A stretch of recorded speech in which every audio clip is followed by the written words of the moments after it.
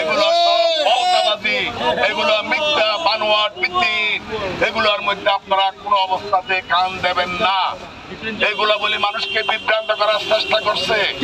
যারা আমাদের বিরুদ্ধে অন্যায় জুলুম করছে, এলডিপি কোনোদিন এখানে কোনো আন্দোলন সংগ্রামে ছিল না।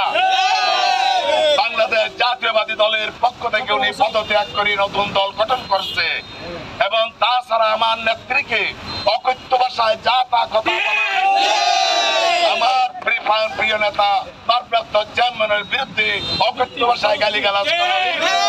আমাদের যতক্ষণ রক্ত আছে এতক্ষণ এলডিপির সাথে আমাদের সন্তানের যে কোনো সম্পর্ক ইনশাআল্লাহ।